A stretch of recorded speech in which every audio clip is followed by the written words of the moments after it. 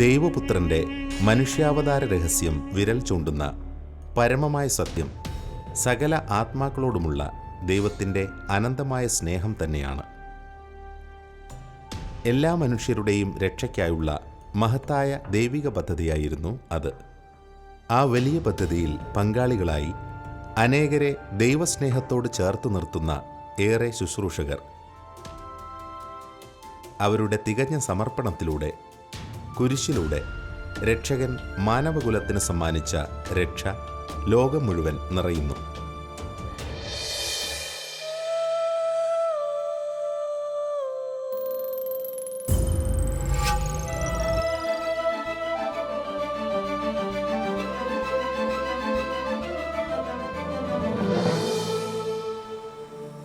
കടന്നുവന്ന വഴികളുടെ വൈവിധ്യവും നേട്ടങ്ങളുടെ ഔന്നത്യങ്ങളും കൊണ്ട് അതുല്യനായ ഒരു പ്രതിഭയാണ് ബത്തേരി മലങ്കര കത്തോലിക്ക രൂപതാധ്യക്ഷൻ ഡോക്ടർ ജോസഫ് മാർ തോമസ് തിരുമേനി.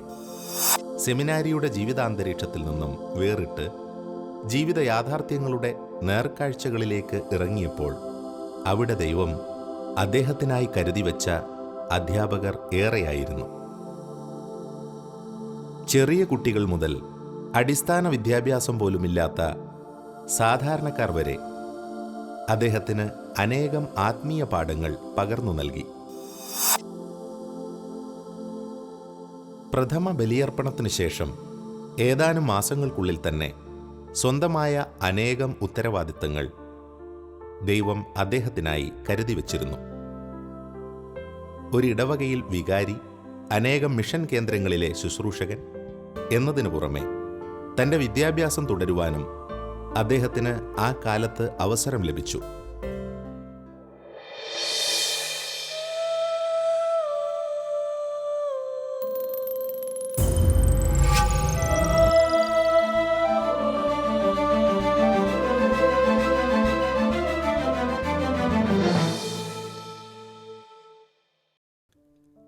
അഭിവന്യ ജോസഫ് മാർ തോമസ് പിതാവിൻ്റെ പൗരോഹിത്യ ജീവിതത്തിൻ്റെ ആരംഭനാളുകൾ വരും കാലത്തേക്കുള്ള മഹത്തായ ശുശ്രൂഷാ മേഖലകൾക്ക് വേണ്ടിയുള്ള തികഞ്ഞ പരിശീലന കാലയളവായിരുന്നു. ബെനഡിക്ട് മാർ ഗ്രിഗോറിയോസ് തിരുമേനിയുടെ പ്രത്യേക താൽപ്പര്യപ്രകാരം തുടർന്നും പഠിക്കുന്നതിനൊപ്പം അനേകം പാവപ്പെട്ടവരും ദളിതരുമായ വിശ്വാസികൾക്കിടയിൽ ശുശ്രൂഷ ചെയ്യുവാനുള്ള അവസരവും അദ്ദേഹത്തിന് ലഭിച്ചു. തുടർന്ന് എക്കാലവും വേദനിക്കുന്നവരോട് പക്ഷം ചേരുന്നതിനുള്ള മനസ്സ് സ്വായത്തമാക്കുവാൻ അദ്ദേഹത്തിന് കഴിഞ്ഞത് ആ കാലങ്ങളിലായിരുന്നു. പ്രത്യേകിച്ച് അക്കാലഘട്ടത്തിലെ മലങ്കര കത്തോലിക്ക സഭയ്ക്ക് വളരെ ചെറിയ ഒരു സമൂഹം മാത്രമേ കൊല്ലം പട്ടണത്തിൽ ഉണ്ടായിരുന്നുള്ളൂ. അന്ന് കൊല്ലം രൂപതയുടെ മെത്രാപ്പൊലീത്തായിരുന്ന അഭിവന്ദനായ ജോസഫ് മാർ ഫെർണാണ്ടസ് തിരുമേനി ആ മിഷൻ പ്രവർത്തനത്തിനും വളർച്ചയ്ക്കുമായിട്ട് വളരെയേറെ എന്നെ വ്യക്തിപരമായിട്ട് സഹായിച്ചിട്ടുണ്ട്, പ്രോത്സാഹിപ്പിച്ചിട്ടുണ്ട്.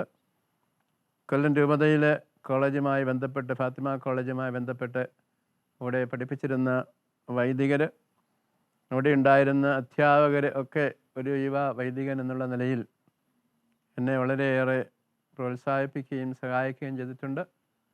അന്ന് ഫാത്തിമ കോളേജിലെ ഇംഗ്ലീഷ് വിഭാഗം അധ്യാപകനായിരുന്നു.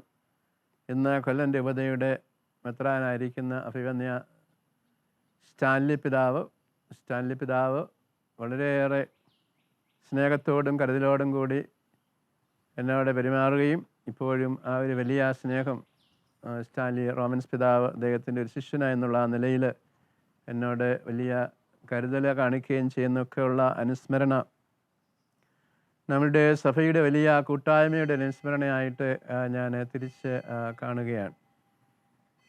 അതുപോലെ തന്നെ കൊല്ലത്തെ താമസിച്ചിരുന്ന അവസരങ്ങളിൽ കൊല്ലം പട്ടണത്തിൻ്റെ വ്യത്യസ്തമായ സാഹചര്യങ്ങളിൽ, പ്രത്യേകിച്ച് കടലോരത്തുള്ള അനേകം പാവപ്പെട്ട മനുഷ്യരുടെ പ്രയാസമേറിയ ജീവിത സാഹചര്യങ്ങളിൽ പങ്കെടുക്കുവാനായിട്ട്, മത്സ്യത്തൊഴിലാളികളുടെ ഇടയിലുള്ള പ്രയാസങ്ങൾ ഗ്രഹിക്കുവാനായിട്ട്, കൊല്ലം പട്ടണത്തിലെ അനേകം പ്രവർത്തനങ്ങളുമായി ബന്ധപ്പെട്ട് പ്രവർത്തിക്കുവാനായിട്ട്, കൊല്ലം പട്ടണത്തിലുള്ള പബ്ലിക് ലൈബ്രറിയിൽ പോയി സമയം ചെലവഴിക്കുവാനായിട്ട്, നല്ല അനേകം വ്യക്തികളുമായിട്ടുള്ള സൗഹൃദം പുലർത്തുവാനായിട്ടൊക്കെയുള്ള അവസരം കൊല്ലം പട്ടണത്തിൽ നിന്ന് ലഭിക്കുവാനായിട്ട് ഇടയായി.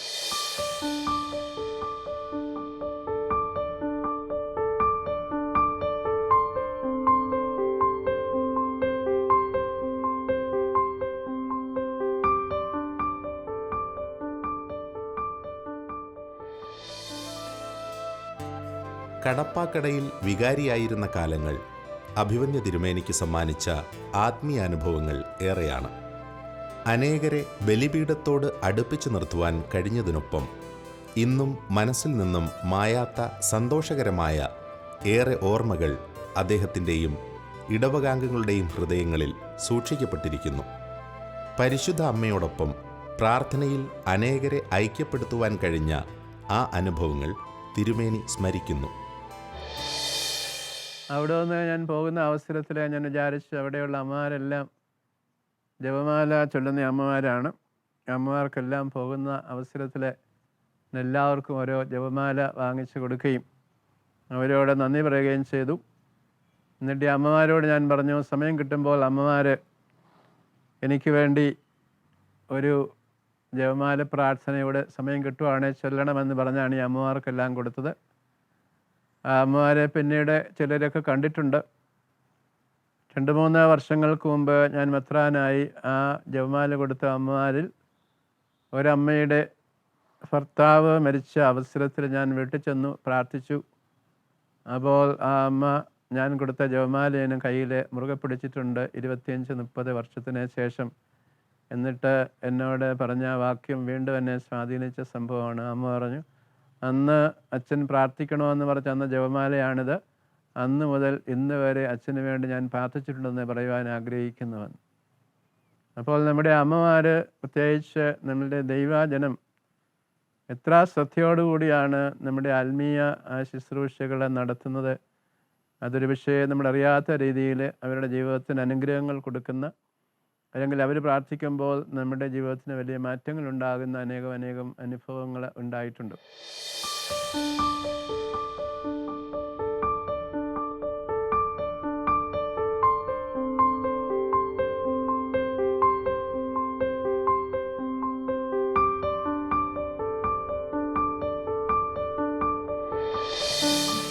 അഭിമന്യ ജോസഫ് മാർ തോമസ് പിതാവിനെ എക്കാലവും ഏറെ വാത്സല്യത്തോടെ കണ്ടിരുന്ന മാർ ഗ്രിഗോറിയോസ് തിരുമേനിയുടെ ഇടപെടലുകൾ ആ ശുശ്രൂഷകനെ ഇന്നത്തെ നിലയിലേക്ക് രൂപപ്പെടുത്തുവാൻ നിർണായകമായ പങ്കുവഹിച്ചവയാണ്.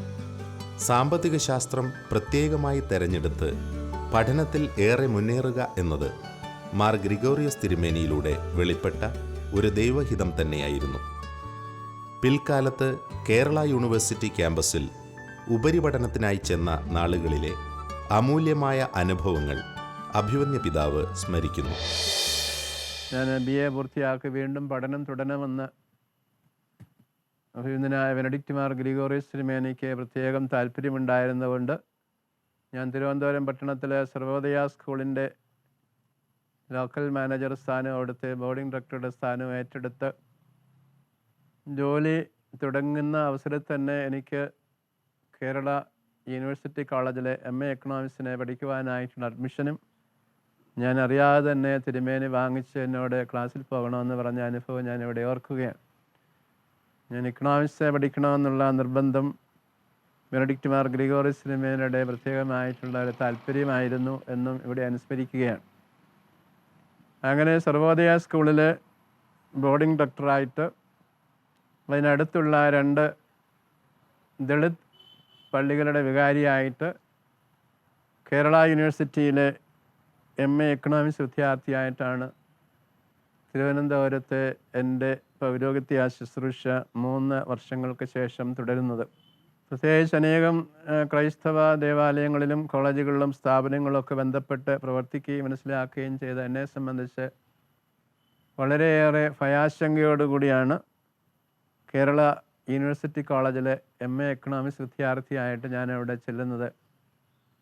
അവിടെ ചെല്ലുന്ന അവസരത്തിൽ വളരെയേറെ ഭയപ്പാടുണ്ടായിരുന്നു. അന്നേരം തന്നെയും ഞാനൊരു പുരോഹിതനാണ് എന്ന് മനസ്സിലാക്കിയ അവസരത്തിൽ വിദ്യാർത്ഥികളെല്ലാം വളരെയേറെ സൗമനസ്യത്തോടുകൂടി എന്നോട് പെരുമാറുകയും പ്രത്യേകിച്ച് അന്ന് എക്കണോമിക്സ് ഡിപ്പാർട്ട്മെൻറ്റിലെ അധ്യാപകർ അവർക്ക് ലഭിച്ച ഒരു വലിയ ഒരു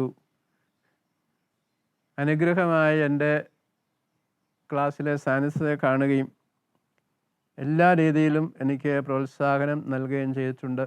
യഥാർത്ഥത്തിൽ ഞാൻ മാത്രമാണ് കോളേജിൻ്റെ ചരിത്രത്തിൽ എക്കണോമിക്സ് ഡിപ്പാർട്ട്മെൻറ്റിൽ ഒരു വൈദികനായി അവിടെ പഠിക്കുവാനായിട്ട് ഇടയായിട്ടുള്ളത്. അതുകൊണ്ട് അവരെല്ലാവരും എന്നെ പ്രത്യേകം ശ്രദ്ധിക്കുകയും കരുതുകയും ചെയ്തിട്ടുണ്ട് എന്നുള്ള കാര്യം പ്രത്യേകം ഞാൻ അനുസ്മരിക്കുകയാണ്.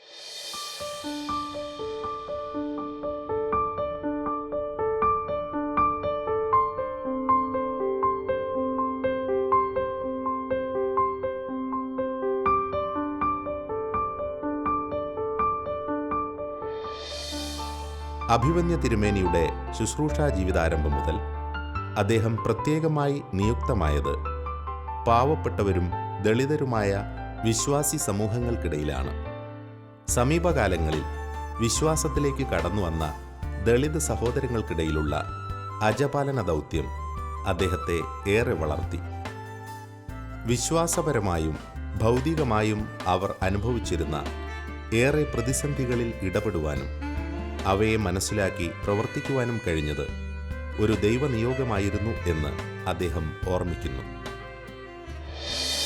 തൊട്ടടുത്തുള്ള ദളിത് മിഷനുകളിലെ മിഷൻ പ്രവർത്തനത്തിന് പോകുന്ന അവസരത്തിൽ അവിടെ ഉണ്ടായിരുന്ന ആൾക്കാരുടെ വളരെ ദയനീയമായിട്ടുള്ള ജീവിത സാഹചര്യങ്ങൾ, പ്രത്യേകിച്ച് ദളിത് ക്രൈസ്തവരെ സംബന്ധിച്ച് പറയുമ്പോൾ അവർക്ക് ക്രൈസ്തവ സഭയിൽ നിന്ന് ലഭ്യമാകേണ്ടതായിട്ടുള്ള ചെറിയ ചെറിയ സഹായങ്ങൾ, പിന്തുണ ലഭിക്കുന്നുണ്ട് എന്ന് വരികിൽ തന്നെയും അവരെ ക്രൈസ്തവ വിശ്വാസം സ്വീകരിച്ചതിൻ്റെ പേരിൽ അനുഭവിക്കുന്നതായിട്ടുള്ള പ്രയാസങ്ങൾ വളരെയേറെ ആഴത്തിലുള്ളതാണ്. ഒരുപക്ഷെ അവർക്ക് ലഭ്യമാകാമായിരുന്ന വിദ്യാഭ്യാസ, സാമ്പത്തിക, സാമൂഹികമായ അവകാശങ്ങൾ എല്ലാം പരിത്യജിച്ചുകൊണ്ട് അവരെ വിശ്വാസത്തിൻ്റെ പേരിൽ നിൽക്കുന്നു എന്നുള്ളത് നമ്മളെല്ലാവരെയും വളരെയേറെ ആഴത്തിൽ ചിന്തിപ്പിക്കേണ്ട ഒരു വിഷയമാണ്.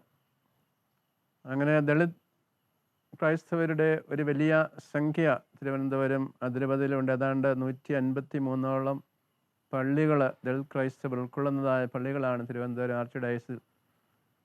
ഞാൻ അനേകം ദളിത് ദേവാലയങ്ങളിലെ ശുശ്രൂഷ ചെയ്ത അനുഭവം ഓർക്കുമ്പോൾ സഭയുടെ പ്രത്യേകമായ ശ്രദ്ധയും കരുതലും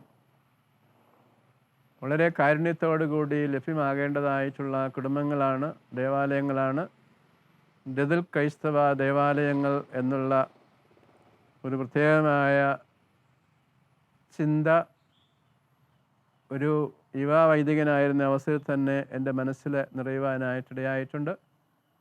അതിനനുസരണമായ രീതിയിൽ എനിക്ക് ലഭിച്ചതായ ദളിത് ദേവാലയങ്ങളിൽ ശുശ്രൂഷകളെ എത്തിച്ചു കൊടുക്കുവാൻ കഴിവുള്ളത്തോളം ദളിത് വിദ്യാർത്ഥികൾക്കെല്ലാം പഠന സൗകര്യങ്ങൾ ഒരുക്കി കൊടുക്കുവാൻ, കഴിവുള്ള തരത്തിലെല്ലാം അവർക്ക് ജോലി സാധ്യതകൾ ലഭ്യമാക്കുവാൻ, ആ കുടുംബങ്ങളെയെല്ലാം വിദ്യാഭ്യാസപരമായും സാമൂഹ്യമായും സാമ്പത്തികമായൊക്കെ ബലപ്പെടുത്തുവാനായി പ്രത്യേകം ശ്രദ്ധിച്ച കാര്യവും ഞാനിവിടെ അനുസ്മരിക്കുകയാണ്.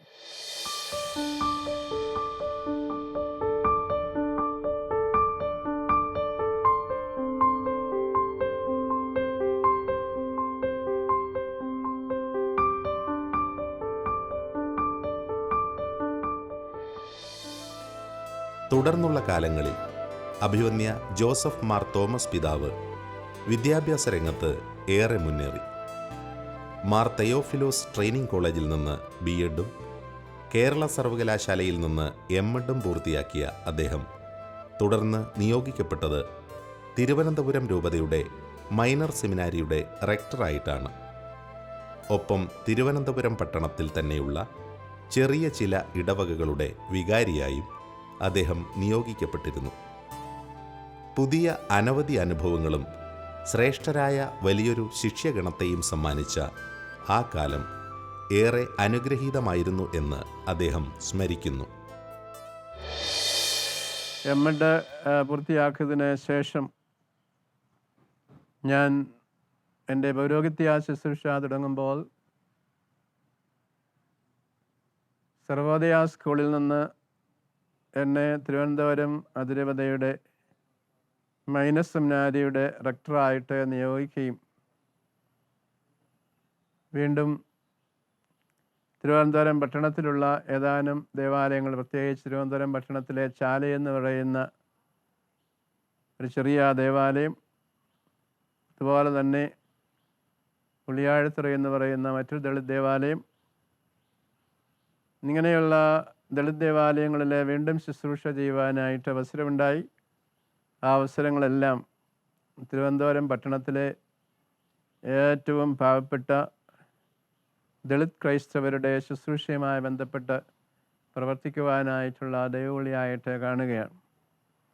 സെമിനാരിയിൽ റെക്ടറായിരിക്കുന്ന അവസരത്തിൽ സെമിനാരിൽ കടന്നു വന്ന അനേകം നല്ല വൈദിക വിദ്യാർത്ഥികൾ ഏറ്റവും നല്ല ആത്മവിശുദ്ധിയുള്ള, പാണ്ഡിത്യമുള്ള, സഭാസ്നേഹമുള്ള, എല്ലാവർക്കും നന്മ ചെയ്യുന്ന നല്ല വൈദികരാകണം എന്നുള്ള നിരന്തരമായ പ്രാർത്ഥനയോടുകൂടി അവർക്ക് പരിശീലനം നൽകുകയും അക്കാലഘട്ടങ്ങളിൽ മൈനസ് സെമിനാരിയിൽ പഠിച്ച് മിടുക്കരായിപ്പോയ അനേകം വൈദികരെ മലങ്കര സുറിയാനി കത്തോലിക്ക സഭയിൽ ഏറ്റവും ശ്രേഷ്ഠമായ ശുശ്രൂഷ നൽകുകയും അതിലേതാനും ആൾക്കാർ കൂടെ പഠിച്ചവരും അതുപോലെ തന്നെ ഞാൻ പഠിപ്പിച്ചവരുമായ ഏതാനും വൈദികർ ഇന്ന് മലങ്കര സുറിയാനി കത്തോലിക്ക സഭയിൽ ആചാര്യ ശുശ്രൂഷ നൽകുകയും ചെയ്യുന്നു എന്നുള്ളത്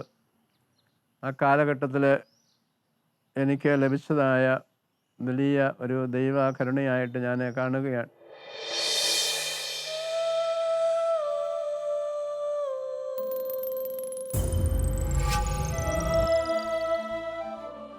തൻ്റെ ജീവിതത്തിൽ ഏറ്റവും തിരക്കേറിയ ചില വർഷങ്ങളാണ് തുടർന്ന് കടന്നു വന്നത് എന്ന് അഭിമന്യ തിരുമേനി ഓർമ്മിക്കുന്നു. തിരുവനന്തപുരം കത്തീഡ്രൽ പള്ളിയുടെ വികാരിയും മാർ ഇവാനിയോസ് കോളേജ് പ്രൊഫസറും ആയി അദ്ദേഹം നിയമിക്കപ്പെട്ട ആ കാലഘട്ടത്തിൽ തന്നെ സാമ്പത്തിക ശാസ്ത്രത്തിൽ ഗവേഷണം ആരംഭിക്കുവാനും അദ്ദേഹം തീരുമാനിച്ചു. തിരക്കേറിയ ആ നാളുകൾ കഠിനാധ്വാനത്തിൻ്റെതായിരുന്നു. യഥാർത്ഥത്തിൽ ഇന്നത്തെ അനവധി നേട്ടങ്ങളിലേക്ക് അഭിമന്യ തിരുമേനിയെ കൈപിടിച്ചുയർത്തിയ നാളുകളായിരുന്നു അത്. തിരുവനന്തപുരം അതിരൂപതയിലെ സെൻറ് അലോഷ്യസ് മൈനസ് സെമിനാരിയിലെ റെക്ടർ സ്ഥാനത്ത് നിന്ന് പിന്നീട് 5 വർഷം പൂർത്തിയായി കഴിയുമ്പോൾ ഞാൻ നിയോഗിതനാകുന്നത് തിരുവനന്തപുരം അതിരൂപതയിലെ കത്തീഡ്രൽ ദേവാലയമായ സെൻറ് മേരീസ് കത്തീഡ്രൽ ദേവാലയത്തിലാണ്. ആ ദേവാലയത്തിലായിരിക്കുമ്പോൾ ഞാൻ മാർ ഇവാനിയോസ് കോളേജിലെ ഇക്കണോമിക്സ് ഡിപ്പാർട്ട്മെൻറ്റിലെ അധ്യാപകനായിട്ടും നിയോഗിതനായിരുന്നു. അങ്ങനെ സെൻറ് മേരീസ് കത്തീഡ്രൽ ദേവാലയത്തിലെ വികാരിയായിരിക്കുന്ന അവസരത്തിൽ തന്നെ മാർ ഇവാനിയോസ് കോളേജിലെ അധ്യാപകനുമായി പ്രവർത്തിക്കുക, ആ സമയത്ത് തന്നെ എൻ്റെ ഉപരിപഠനം കൂടി പൂർത്തിയാക്കുന്നത് നല്ലതായിരിക്കുമെന്ന് തിരുമേനി പ്രത്യേകമായിട്ട് അറിയിച്ചതനുസരിച്ച് കേരള യൂണിവേഴ്സിറ്റിയിൽ ഇക്കണോമിക്സിലും ഇക്കണോമിക്സ് എഡ്യൂക്കേഷൻ എന്ന് പറയുന്ന വിഷയത്തിൽ ഗവേഷണ പഠനം നടത്തുവാനായിട്ട് ഞാൻ തീരുമാനിച്ചു. പ്രത്യേകിച്ച് കത്തീഡ്രൽ ജീവിതത്തിലെ ആ ഒരു കാലഘട്ടം വളരെയേറെ കഠിനാധ്വാനം ചെയ്ത, വളരെ ഡിസിപ്ലിൻഡ് ആയിട്ടുള്ള ഒരു കാലഘട്ടമായിരുന്നു. കാരണം എല്ലാ ദിവസവും രാവിലെ 6:15 മണിക്ക് കത്തീഡ്രൽ ദേവാലയത്തിലെ കുർബാന ചെല്ലണം. 9:30 ആകുമ്പോൾ മാർ ഇവാനിയോസ് കോളേജിലെ ഡിപ്പാർട്ട്മെൻറ്റ് എഡ്യൂക്കേഷൻ്റെ ക്ലാസ് എടുക്കണം. 3:30 ആകുമ്പോൾ തിരിച്ചു വരണം. 400-ൽ പരം കുടുംബങ്ങളുള്ള ദേവാലയങ്ങളെ സന്ദർശിക്കണം, രോഗികളെ സന്ദർശിക്കണം, മറ്റനേകം കൗദാശി അനുഗ്രഹം കൊടുക്കണം. രാത്രിയിൽ വീണ്ടും റിസർച്ച് പഠനം തുടരണം. വളരെ വ്യക്തിപരമായ നിയന്ത്രണവും കാർക്കശ്യമുള്ള ഒരു 5 വർഷക്കാലമാണ് അങ്ങനെ കടന്നുപോയത്. ദൈവം തന്നിരുന്നതായ അനുഗ്രഹങ്ങളെല്ലാം എത്ര പ്രയാസമേറിയതായാലും ആ ദൈവമഹത്വത്തിന് വേണ്ടി കഴിവുള്ള രീതിയിൽ ഭംഗിയായി നടത്തണം എന്നുള്ള ഒരു വലിയ നിഷ്ഠ എൻ്റെ ജീവിതത്തിൽ കടന്നു വന്നത് ഞാൻ നേരത്തെ സൂചിപ്പിച്ച പോലെ അഭിനന്ദനായ ബെനഡിക്റ്റ് മാർ ഗ്രിഗോറിയോസ് തിരുമേനിയുടെ കർമ്മനിരതമായ ജീവിതത്തിൽ നിന്നാണ്. അദ്ദേഹം ഒരിക്കലെ ഇങ്ങനെ ഓരോ ജോലികളും എനിക്ക് തന്ന അവസരത്തിൽ പറഞ്ഞ ഒരു കാര്യം ഞാൻ ഓർക്കും. അദ്ദേഹം പറഞ്ഞു,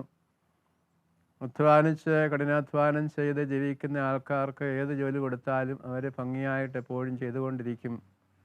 അലസന്മാരെ ഏത് ജോലി ചെയ്യിപ്പിച്ചാലും അവൻ എപ്പോഴും അലസമായിട്ടിരിക്കുമെന്ന് ഇപ്പോഴും ഞാൻ ഓർക്കാറുണ്ട്. അതുകൊണ്ട് ഓരോ ജോലി കിട്ടുമ്പോഴും ഒരിക്കലും അലസപ്പെടാനായിട്ട് പാടില്ല. കാരണം നമുക്ക് ചെയ്യുവാൻ സാധ്യമാകുന്ന ജോലിയാണ് എന്ന് മറ്റുള്ളവർ മനസ്സിലാക്കിയാണ് തരുന്നത് എന്ന് മനസ്സിലാക്കി പട്ടം ദേവാലയത്തിൽ, കത്തീഡ്രൽ ദേവാലയത്തിൽ ഒരു ദിവസം പോലും കുർബാന മുടക്കാത്ത രീതിയിൽ, കോളേജുകളിൽ ഒരു ദിവസം പോലും ക്ലാസ് മുടങ്ങാത്ത രീതിയിൽ വൈകിട്ട് വന്ന് കേരള യൂണിവേഴ്സിറ്റിയിൽ ഒരു 5:30 മണി മുതൽ രാത്രി 10-10:30 മണി വരെ റിസർച്ച് നടത്തിപ്പോയ 5 വർഷത്തെ കാലഘട്ടം വളരെ സംഭവബഹുലവും അതോടൊപ്പം തന്നെ കർമ്മനിരതവും അതോടൊപ്പം തന്നെ എൻ്റെ വിജ്ഞാന ശേഖര രംഗത്തുള്ള ഏറ്റവും വലിയ ഒരു മാറ്റത്തിൻ്റെ കാലഘട്ടവുമായിരുന്നു.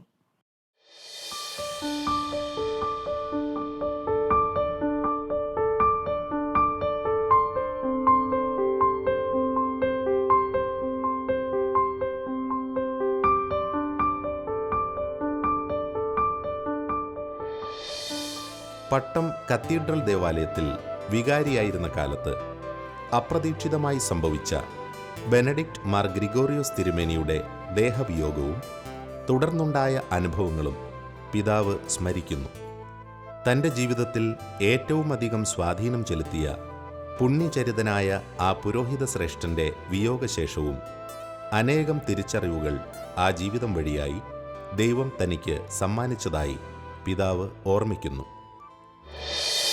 പട്ടം കത്തീഡ്രൽ ദേവാലയത്തിലെ വികാരിയായിരിക്കുന്ന അവസാന നാളുകളിലാണ് ബെനഡിക്റ്റ് മാർ ഗ്രിഗോറിയോസ് തിരുമേനി രോഗാതുരനാകുകയും അമേരിക്കയിലെ ശുശ്രൂഷയ്ക്ക് പോയി തിരികെ വന്ന് അദ്ദേഹം കാലം ചെയ്യുകയൊക്കെ ചെയ്ത ആ സന്ദർഭം, ഒരുപക്ഷേ തിരുവനന്തപുരം പട്ടണം മുഴുവന് വേദന കൊണ്ട് നിറഞ്ഞ സന്ദർഭം.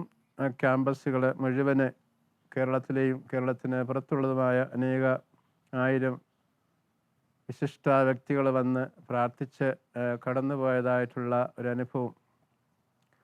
തിരുമേനിയുടെ കബറടക്കം കഴിഞ്ഞതിന് ശേഷമുണ്ടായ ഏതാനും അനുഭവങ്ങൾ എന്നെ വീണ്ടും പൗരോഹിത്യ ശുശ്രൂഷ രംഗത്ത് കുറേ കൂടി വിശാലമായി പ്രവർത്തിക്കുവാനായിട്ടുള്ള അനുഭവം കൈവന്നു.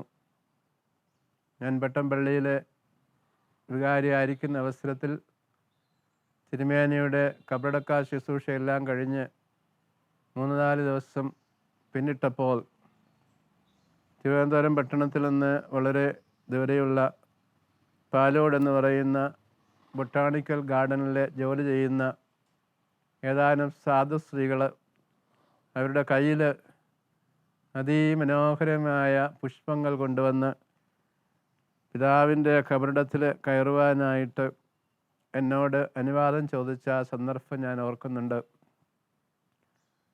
അവിടെ ഞാൻ അവരോട് ചോദിച്ചു, നിങ്ങൾ എവിടെ നിന്നാണ് വരുന്നത് എന്ന് പറഞ്ഞപ്പോൾ അവർ പറഞ്ഞു, ഞങ്ങൾ പാലോട് ബൊട്ടാണിക്കൽ ഗാർഡനിൽ നിന്ന് വരികയാണ്. ഞാൻ ചോദിച്ചു, ഈ പൂക്കളൊക്കെ നിങ്ങൾക്ക് എവിടെ നിന്ന് കിട്ടും? ഞങ്ങൾ അവിടെ നിന്ന് വാങ്ങിച്ചുകൊണ്ട് വരികയാണ്. അപ്പോൾ അവർ പറഞ്ഞു, ഇത് ഞങ്ങൾ ഗ്രിഗോറിയോസ് തിരുമേനി കബറിടത്തിൽ സമർപ്പിച്ച് പ്രാർത്ഥിക്കുവാനായിട്ട് വന്നതാണ്, ഏതാനും പാവപ്പെട്ട തൊഴിലാളി സ്ത്രീകൾ. അപ്പം ഞാൻ അവരോട് ചോദിച്ചു, എന്താണ് നിങ്ങൾക്ക് തിരുമേനിയുമായിട്ടുള്ള ബന്ധം? അപ്പോഴേതാനും സ്ത്രീകൾ കണ്ണ് നിറഞ്ഞുകൊണ്ട് പറഞ്ഞത് ഇപ്രകാരമാണ്, ഞങ്ങൾ തിരുവനന്തപുരം പട്ടണത്തിലെ തൊഴിലൊന്നുമില്ലാതെ അലഞ്ഞു നടന്ന വിധവകളായിട്ടുള്ള ആരും സഹായിക്കാൻ നിവൃത്തിയില്ലാതിരുന്ന സ്ത്രീകളായിരുന്നു. തിരുമേനി ഞങ്ങളെ എല്ലാവരെയും വിളിച്ച് കളക്ടറോട് പ്രത്യേകം പറഞ്ഞ് ഞങ്ങൾക്ക് 6 മാസത്തെ ചെടി നടുന്നതും നനയ്ക്കുന്നതും പുഷ്പങ്ങൾ പരിചരിക്കുന്നതുമായ ശുശ്രൂഷ നൽകി ഞങ്ങളെ പാലോട് ബൊട്ടാണിക്കൽ ഗാർഡനിൽ ജോലിക്കാരായിട്ട് നിയോഗിച്ചത് ഈ തിരുമേനിയാണ്. ഈ തിരുമേനി മരിച്ചു എന്നറിഞ്ഞപ്പോൾ ഞങ്ങൾക്ക് തിരുമേനി കൊടുക്കുവാൻ സാധ്യമാകുന്ന ഏറ്റവും വലിയ ആദരവ് ഈ പൂക്കൾ തിരുമേനിയുടെ കബറിടത്തിൽ വെച്ച് പ്രാർത്ഥിച്ചിട്ട് പോവുക എന്നുള്ളതാണ്. ഞങ്ങളിന്ന് ഒരു പരിധി വരെ ഞങ്ങളുടെ കുടുംബങ്ങൾ പുലർത്തുന്നത് ഈ ഒരു വലിയ തിരുമേനിയുടെ കാരുണ്യം കൊണ്ടാണ്. സമൂഹത്തിലെ വിധവകളോടും ഒന്നുമില്ലാത്തവരോടും ഒന്നുമല്ലാത്തവരോടും ഒക്കെയുള്ള തിരുമേനിയുടെ വലിയ കരുതൽ ഞാൻ പ്രത്യേകമായിട്ട് ആ സമയത്ത് ഓർത്ത് പോവുകയാണ്.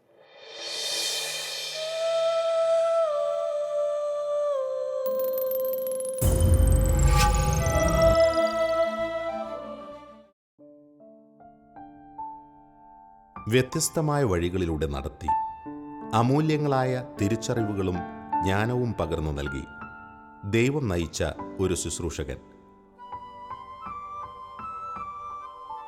അദ്ദേഹത്തിൻ്റെ ജീവിതത്തിൽ ദൈവം പകർന്നു നൽകിയ അനുഭവങ്ങൾ ഈ ലോകത്തിന് മുഴുവൻ പ്രചോദനം പകരുന്നവയാണ്. ദൈവം ഏൽപ്പിച്ച ഉത്തരവാദിത്തങ്ങൾ ഏറ്റവും മനോഹരമായി പൂർത്തിയാക്കുവാൻ കഠിനാധ്വാനം ചെയ്യുന്ന ഈ പുരോഹിത ശ്രേഷ്ഠന്റെ വഴികളിൽ പരിശുദ്ധാത്മാവിൻ്റെ പ്രകാശം നിറയുവാൻ നമുക്ക് പ്രാർത്ഥിക്കാം.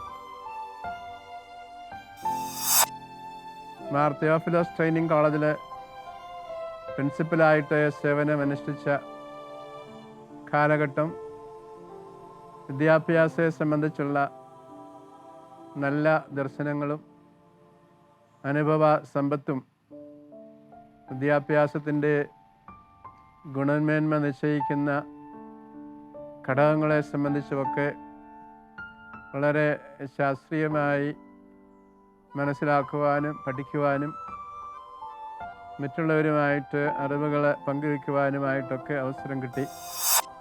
അമേരിക്കയിലും യൂറോപ്പിലൊക്കെ പ്രവർത്തിക്കുന്ന നമ്മുടെ കുടുംബങ്ങളെ സംബന്ധിച്ചും അവിടുത്തെ സംസ്കാരത്തെ സംബന്ധിച്ചുമൊക്കെ ചിലപ്പോഴൊക്കെ തെറ്റിദ്ധാരണ പരത്തുന്നതായ ചില അനുഭവങ്ങളും സാഹചര്യങ്ങളൊക്കെ നമ്മളെ പങ്കുവയ്ക്കാറുണ്ട്.